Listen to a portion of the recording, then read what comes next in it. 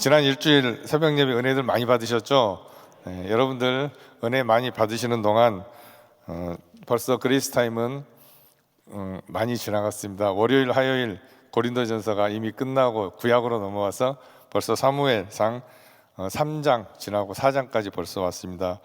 여러분들 모두 다 잘 하셨을 줄 압니다. 하지만 한 두 분 정도가 안 하신 분이 계신 것 같아요. 네, 그래서 잠깐 빠르게 한번 그 지난주 내용을 훑어보도록 하겠습니다. 먼저 월요일, 화요일 고린도전서 16장입니다. 거기는 그 서신의 마지막 부분이었죠. 그래서 사도 바울이 고린도 교회에 전하고자 하는 마지막 권면 그리고 마지막 그 축복을 전하면서 그리스도인으로 살아가는 데 중요한 그러한 가르침들을 담고 있었습니다. 그래서 1절부터 4절에서는 바울은 여러 지역에 모금하던 그 헌금에 대해서 고린도 교회에서도 모금을 했으면 좋겠다 하고 권면을 합니다. 그리고 그 이후에 바울은 마게도냐를 떠나 에베소로 가기로 한 그 결심한 그 배경 그리고 그 상황을 설명을 하고 있죠.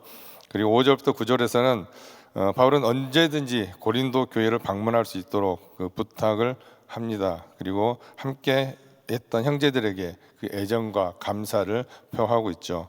그리고 10절부터 23절에서 바울은 교회 지도자들과 그 교회 구성원들에 대해서 그 감사와 또 예배소 교회에서 일 등을 언급하면서 그들과 함께 나눌 수 있었던 것을 전합니다. 그리고 24절 마지막에서는 고린도 교회 구성원들과 그리고 모든 사람들에게 보내는 그 회심 그리고 사랑, 축복을 전하면서 이 편지를 읽는 사람들에 대한 기도와 인사를 마무리합니다. 따라서 고린도전서 16장은 그 바울이 그의 교훈과 권면을 통해서 교회 구성원들로 하여금 헌금, 모금 그리고 친밀함과 감사 그리고 여러 그 다른 교회 연합 등의 활동을 통해서 정신적으로 성장해 나가고 그리고 하나님의 사랑과 축복 아래 항상 강한 삶을 살아갈 수 있도록 그 이끄는 그 목적으로 그 마무리를 하는 것을 알 수 있습니다.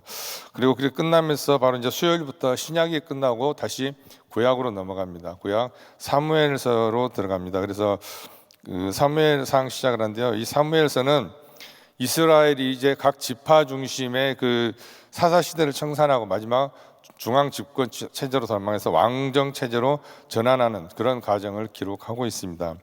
따라서 사무엘서 전반부에 등장하는 사무엘은 이스라엘 최후의 사사가 되고요. 후반부에 등장하는 사울은 이스라엘 최초의 왕이 되죠. 그러나 하나님이 다스리는 왕국은 하나님의 마음에 합당한 자가 다스려야 한다는 것이 이 사무엘서에서 말하고자 하는 것이죠. 사무엘서에는 중요한 인물 세 사람이 나오죠. 당연히 사무엘이 나오겠고요. 그리고 사울과 다윗 이 세 사람의 중심으로 이야기가 이어져 가고 있습니다. 먼저 사무엘상 1장을 보니까요. 이제 사사 시대에서 왕정 시대로 넘어가는 그 과도기입니다. 그래서 이스라엘 역사에 큰 영향을 준 위대한 인물, 즉 사무엘의 출생과 그 가정에 대해서 가족을 소개하면서 하나님의 마음과 뜻을 수행할 수 있는 그 사무엘 출생이 하나님의 기쁘신 뜻에 의해서 하나님의 계획 가운데서 이루어졌음을 분명하게 말하고 있습니다. 그리고 또 한 사람이 소개되는 사람이 있죠. 바로 사무엘의 엄마 한나죠.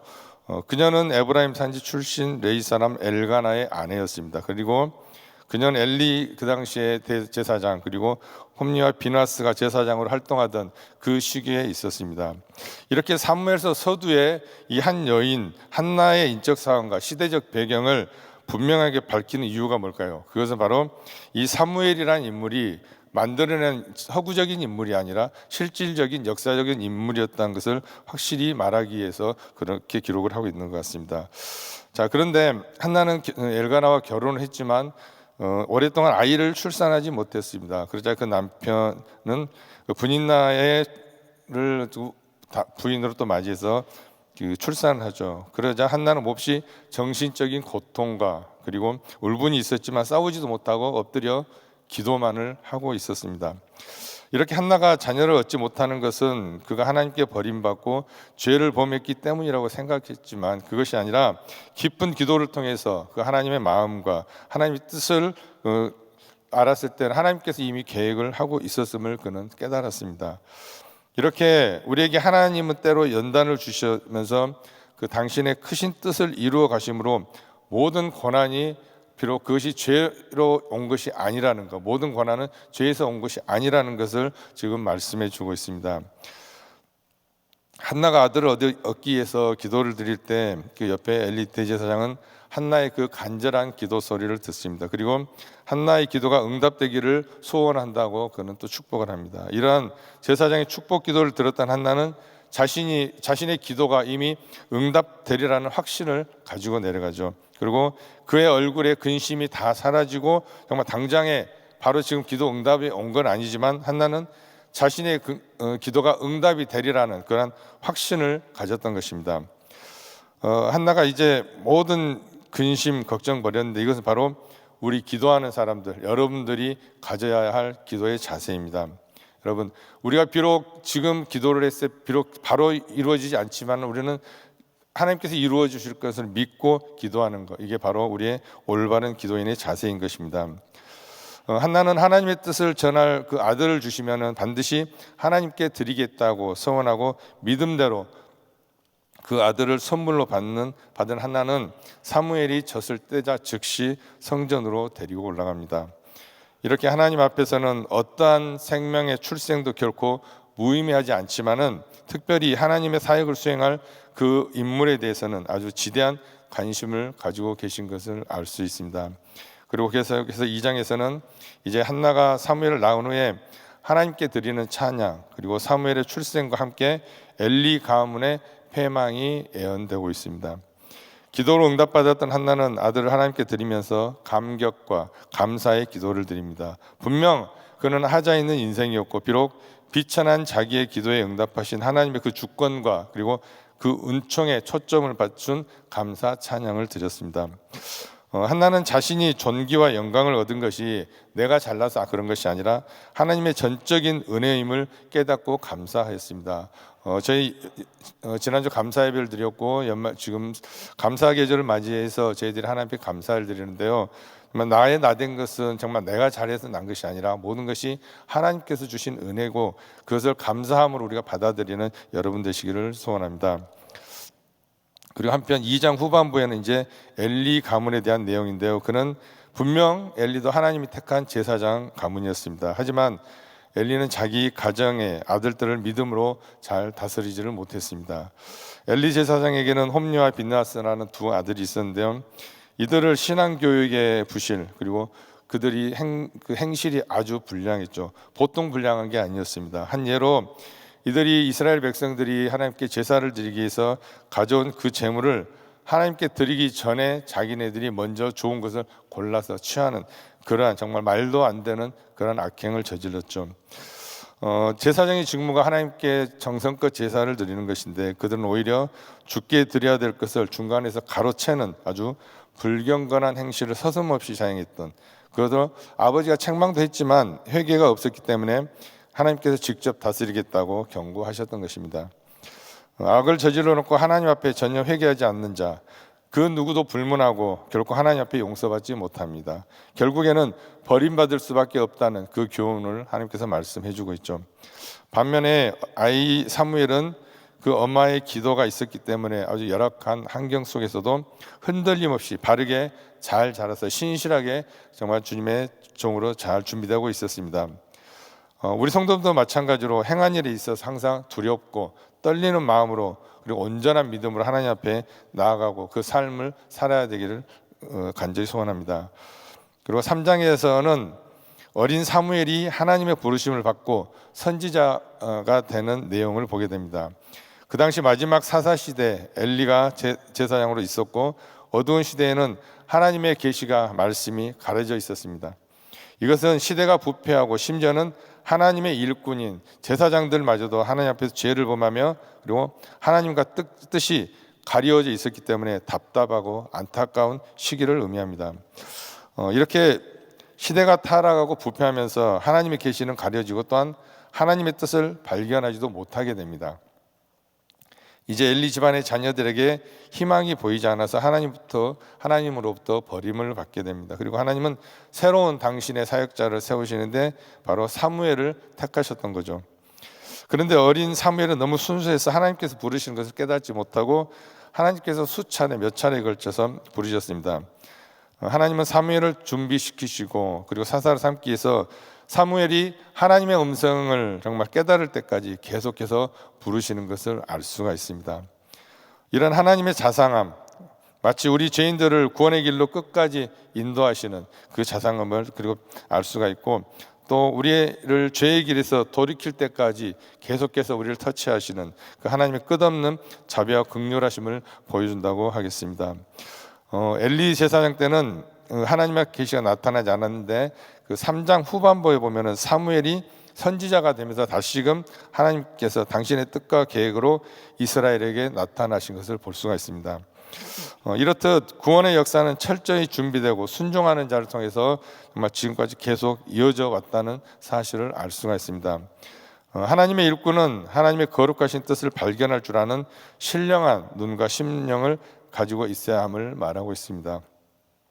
지금까지 저희가 지난 일주일을 열심히 달려왔습니다. 오늘 사무엘상 4장에서는 블레셋과의 전쟁이 일어나죠. 정말 이 전쟁을 통해서 이스라엘 민족이 얼마나 잘못된 믿음을 가지고 있었는지를 우리는 알게 됩니다. 하나님의 임재보다 그 임재를 상징하는 언약궤 그 자체를 마치 미신처럼 생각하고 있었다는 것을 우리는 알게 되죠. 블레셋과의 첫 번째 전쟁에서 이스라엘이 패합니다. 그러자 이스라엘 사람들이 이렇게 생각하죠. 언약궤가 없어서 그렇다. 언약궤를 가져오면 이길 수 있을 것이다. 이렇게 생각을 합니다. 4장 3절 말씀 한번 보겠습니다. 백성이 진으로 돌아오매 이스라엘 장로들이 가로되 여호와께서 어찌하여 우리를 오늘 블레셋 사람 앞에서 패하게 하셨는고 여호와의 언약궤를 실로에서 우리에게로 가져다가 우리 중에 있게 하여 그것으로 우리를 우리 원수들의 손에서 구원하게 하지 아니. 자 어떻습니까? 여러분, 전쟁의 성공과 실패는 정말 하나님 손에 달려 있는 것이지 언약궤가 있고 없고에 달려 있는 것이 아니죠. 그러니까 지금 이 백성들은 여호와를 믿는 그 신앙을 또 다른 가나안의 우상 숭배처럼 그 미신처럼 지금 전락시키고 마는 것입니다. 하나님께서 그것을 보시면서 얼마나 답답하고 안타까우셨을까요? 정말 껍데기 신앙을 가지고 있었던 거죠. 이런 마음을 가진 사람들이 전쟁터에서 어떻게 될지는 뻔한 것입니다. 어떻게 됐습니까? 오히려 더 크게 패하죠. 4장 10절 11절 보겠습니다. 블레셋 사람이 쳤더니 이스라엘이 패하여 자기 장막으로 도망하였고 살육이 심히 커서 이스라엘 보병이 엎드러진 자가 3만이었으며 하나님의 개는 빼앗겼고 엘리의 두 아들 홈리와 비냐스는 죽임을 당하였더라. 여기에 전쟁에서 우리가 전해보았던 그 하나님의 제사를 모욕하고 무시했던 엘리의 두 아들 결국 죽임을 당합니다. 엘리 제사장의 경고했던 대로 이루어진 거죠. 그 다음 그들이 그냥 정말 그렇게 의지했던 하나님의 언약궤를 빼앗깁니다. 그리고 첫 번째 전쟁보다 더 많은 사람들이 죽임을 당하죠. 어떻습니까? 여러분, 하나님은요, 하나님보다 정말 우리가 무언가를 더 의지하면 그것으로부터 우리를 떼어놓으시는 것을 볼 수가 있습니다. 비누아스의 아내도 그 잘못된 신앙을 갖고 있었다는 것을 볼 수 있는데요. 그 남편이 죽었다는 소식을 듣고 그는 죽어가면서 그때 임신을 했었는데 아이를 낳으면서 죽어갑니다. 그러면서 이렇게 말하죠. 4장 22절입니다. 또 이르기를 하나님의 궤를 빼앗겼으므로 영광이 이스라엘에서 떠났다 하였더라. 이렇게 표현하겠습니다. 이거 역시 자세히 보면 잘못된 신앙이죠. 하나님의 영광은요, 언약궤가 있고 없고는 상관이 없습니다. 하나님은 정말 신실하게 하나님을 믿고 믿음으로 고백하는 그런 공동체 안에 임재하시는 것입니다.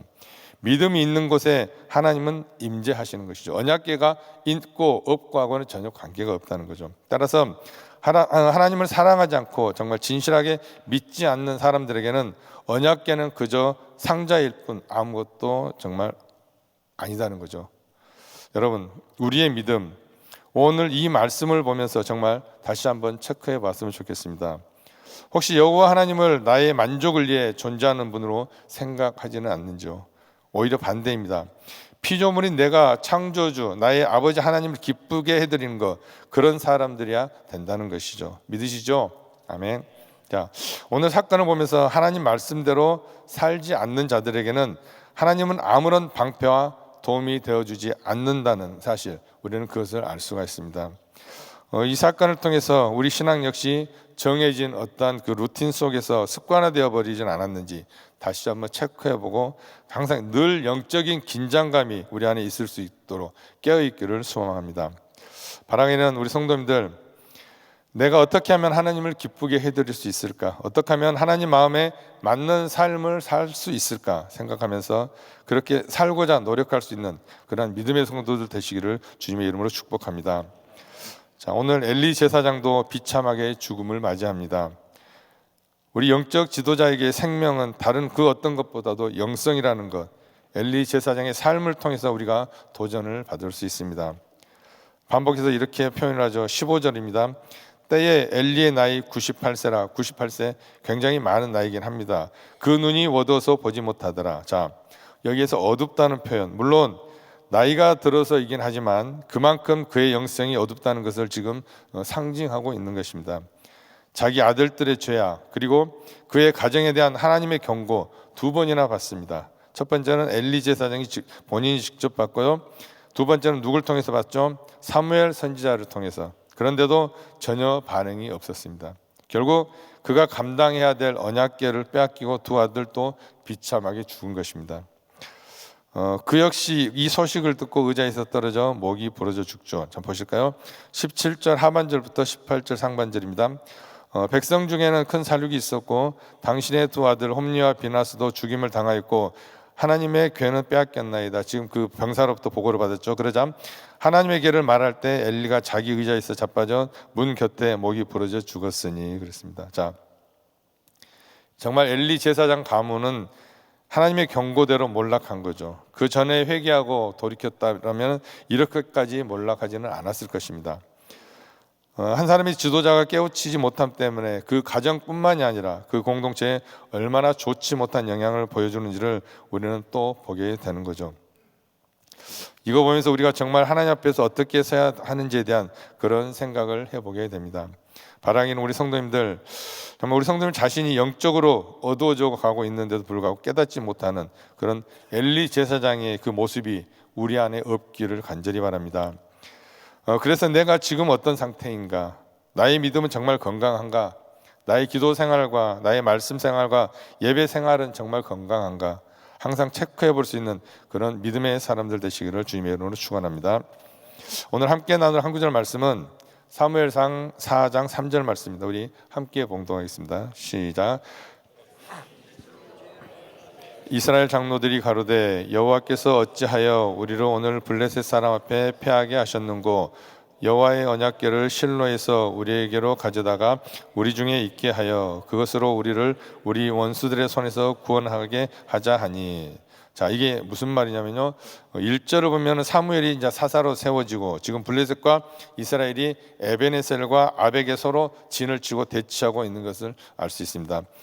이 전쟁에서 이스라엘이 패하고 군사 4,000명, 첫 번째 전쟁에서 4,000명이 죽임을 당하고 돌아옵니다. 그리고 돌아와서 장로들이 모여서 대책회의를 하고 패배의 원인을 찾기 시작합니다. 우리가 왜 졌을까? 우리가 어떤 이유 때문에 졌을까? 근데 그 원인은 항상 어디서 찾아야 됩니까? 하나님과의 관계에서 찾아야 됩니다. 우리가 죄를 지었습니다 하나님 하고 고백하는 게 이게 정상이잖아요. 그런데 이 사사시대 말기에 오니까 보다 해도 정말 그들이 너무한 행동들을 합니다. 패배의 원인을 어디에서 찾냐면은 우리가 언약궤가 없었기 때문에 졌다고 생각하는 것입니다. 하나님의 언약궤를 이리로 가져오면, 그 법궤를 가져오면은 우리가 이긴다는 거예요. 계획은 그럴듯하죠. 왜냐하면 하나님이 거기 계신다고 말씀하셨기 때문에. 그런데 하나님께서 그들의 수준에 맞게 말씀하신 것이지 하나님이 그 상자 안에 갇혀 계실 분이 아니잖아요. 그런데 하나님은 그들의 행동이 너무나도 싫으셨던 거죠. 무슨 하나님이 요술램프의 요정도 아니고 그 마음과 중심을 보시는 분인데 언약궤를 갖다 놓으면 이길 것이라고 생각하는 거, 그리고 그 언약궤를 가져갑니다, 전쟁터로. 그래서 그걸 옮깁니다. 에베네셀까지 가죠. 왜요? 싸우기 위해서, 자기네들이 이기기 위해서. 이스라엘 군들은 에베네셀에 진을 치고 그 반대편 블레셋은 아벡에 진을 치고 한판 붙습니다. 자, 이제 이스라엘 백성들 어떻게 해서, 야, 이스라엘 우리 법궤가 왔으니까 우리는 분명히 이길 것이다. 자, 법궤에 가면 누가 가야 됩니까? 제사장이 가야 되죠. 엘리가 가야 되는데 엘리는 늙었잖아요. 그러면 누가 가야 되죠? 그 자식들이 가야겠죠. 법궤가 가야 하는 곳에 제사장들이 무리가 가야 되니까. 그래서 누가 가냐면 홈리와 비나스, 그 형편없는 정말 망나니 같은 그 아들 둘이 같이 갑니다. 그리고 놀라운 건 뭐냐면 그렇게 하고 전쟁을 또 바로 하는 게 아니라 성경에 보면은 그 후의 내용들 아주 자세하게 디테일하게 묘사합니다. 어떻게 하냐면 자, 이스라엘 백성들을 사기는 어떻겠어요? 완전히 사기가 올라 있었겠죠. 이제 하나님이 함께 하시고 정말 이 궤가 있으니까, 언약궤 있으니 우리는 분명히 이길 것이다. 정말 사기 충천 고무돼 있었죠. 하나님이 오셨다고, 우리가 이겼다고, 이미 벌써 이겼다고 함성을 지르고 난리가 납니다. 근데 여러분, 이 싸움이 하나님께서 하라고 하신 싸움인가요? 눈을 씻고 봐도 그 어디에도 하나님께서 싸우라는 말씀이 없었습니다. 근데 더 놀라운 것도 뭔지 아세요? 그 상대편 블레셋도 이미 겁을 먹었어요. 세상 말로 그 괴가 오니까 그들도 이미 쫄아버렸어요. 자, 왜요? 이미 알고 들었어요. 저 애굽의 신, 그 애굽에서 그 애굽 사람들을 그 벼랑 가운데 몰아넣었던 그 신이 왔다는 거예요. 그래서 이제 그 이집트에서 온갖 괴로움을 줬던 그 신이 왔기 때문에 우리는 어떡하냐, 우리도 다 죽는 거 아니냐, 그러면서 블레셋도 자기 막 나름대로 방법을 찾습니다. 그리고 야, 그래도 우리가 저들을 압제한 적이 있었지 않느냐, 한때는 저들도 우리의 종이었다, 그렇죠, 압제 기간이 있었죠. 그러나 이스라엘은 사기 충전해서 이미 하나님이 계신 거예요, 자기들한테. 그리고 격돌을 합니다. 그리고 그 결과 이스라엘은 무려 3만 명이 죽습니다. 하나님을 잘못한 것이죠. 그 이유가 뭐예요? 원인 파악부터가 잘못됐었죠. 그래서 우리는 우리의 삶이 우리가 원하는 길로 가지 않을 때 우리가 해야 되는 건 무릎을 꿇는 게 정답입니다. 그 자리에서 무릎 꿇고 하나님 앞에 하나님과의 관계부터 우리가 보는 거예요. 법궤가 아니에요. 어떤 거요? 나에게 하나님은 누구십니까? 그리고 하나님은 나에게 어떤 분이십니까? 그게 먼저라는 겁니다. 엘리의 며느리가 아이를 낳고 죽어가면서 지어준 이름이 이가봇입니다. 영광이 없다라는 말, 하나님의 영광이 이스라엘을 떠났다는 말입니다. 당시에 이스라엘의 모든 상황을 정말 단적으로 한마디로 보여주고 있는 겁니다. 하나님의 영광이 떠났다는 것은 곧 하나님으로부터 버림을 받았다는 거죠. 바로 영적 고아가 된 것을 의미합니다. 그러나 우리가 하나님의 말씀을 따라 살며 말씀이 육신이 되어 독생자의 영광을 따라 살 때 고아같이 절대 버려두지 않는다는 것 믿으시기를 바랍니다. 후에 사무엘은 이제 라마의 단을 쌓고 그곳에 새로운 예배의 중심지로 삼습니다. 그리고 언약궤는 다윗과 솔로몬 때에 예루살렘 성전에 안치되고 그 언약궤가 이스라엘을 지켜주는 것이 아니라 하나님의 영광, 하나님의 임재가 지켜주신다는 사실을 그들은 알게 됩니다. 언약궤가 이스라엘을 지켜준다는 잘못된 하나님에 대한 지식과 믿음 때문에 그들은 블레셋과의 전쟁에서 패할 수밖에 없었습니다. 그래서 우리 안에 우리가 간구하고 필요한 게 뭐냐면은 그것은 하나님을 바르게 아는 것, 그것이 다입니다. 그리고 예수 그리스도가 어떤 분이신지, 하나님이 어떤 분이신지 아는 것, 그것이 우리 삶의 가장 중요한 삶의 목표가 되어야 하는 것입니다. 그러한 삶의 목표를 가지고 살아가시는 여러분 모두가 되시기를 주님의 이름으로 축원합니다. 기도하겠습니다. 고마우신 아버지, 은혜를 감사합니다. 이 아침 시간 주님 함께 하시고 인도하여 주시면 다시 한번 감사를 드립니다. 아버지, 진짜 정말 주님은 저희들에게 어떤 분이시며 하나님이 어떤 분이신지를 정말 깨닫게 해 주시옵소서. 정말 저희들 하나님을 떠나서는 아무것도 아님을 이 시간 다시 한번 고백합니다. 일평생 주님 붙들고 나아가며 승리하는 저희 모두가 될 수 있기를 간절히 바라오며 예수 그리스도 이름으로 기도합나이다. 아멘. 아멘. 오늘 말씀 생각하시면서 예수 하나님의 공의 찬양합니다.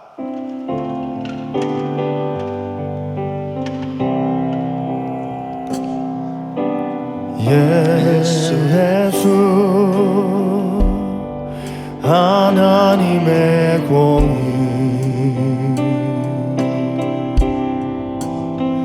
주 독생자 그의 나라 임하시네.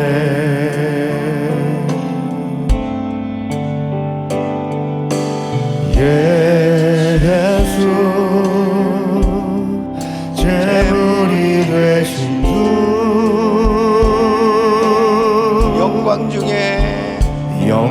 중에 그의 나라 임하시네.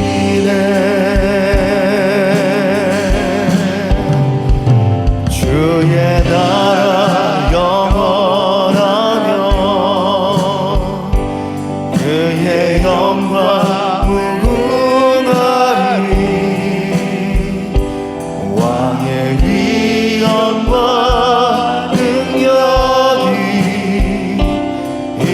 곳에 임하였으니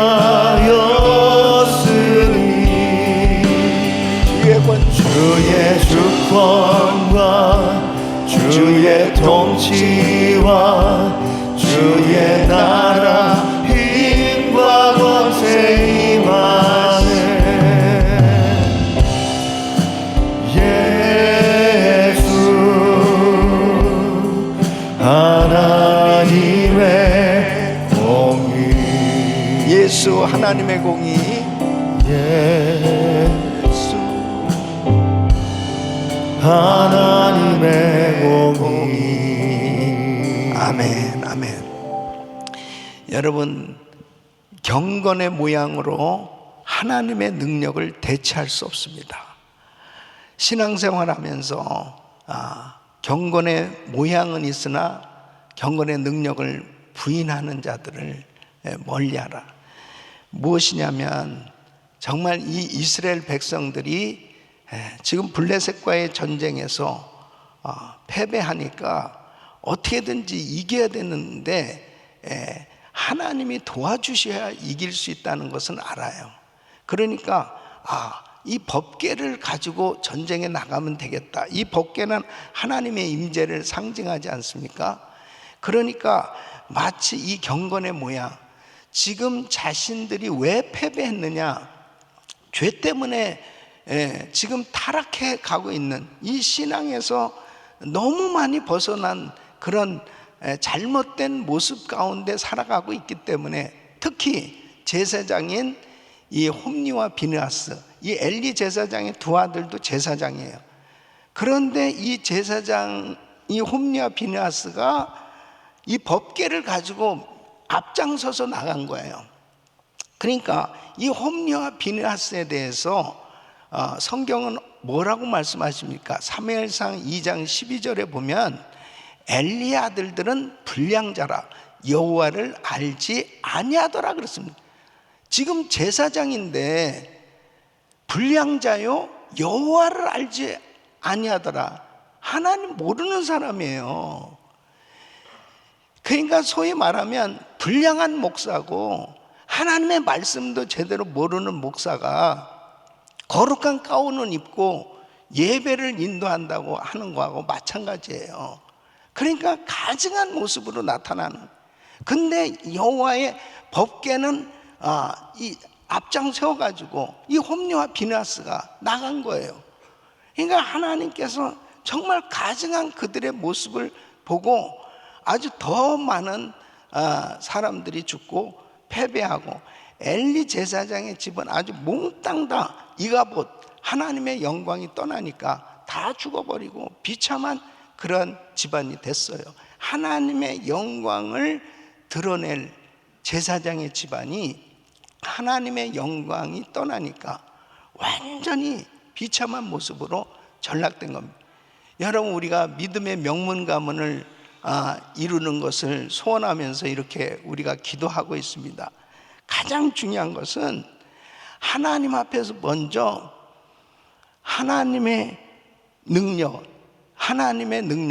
경건인 줄 믿으시기 바랍니다. 거룩인 줄 믿으시기 바랍니다.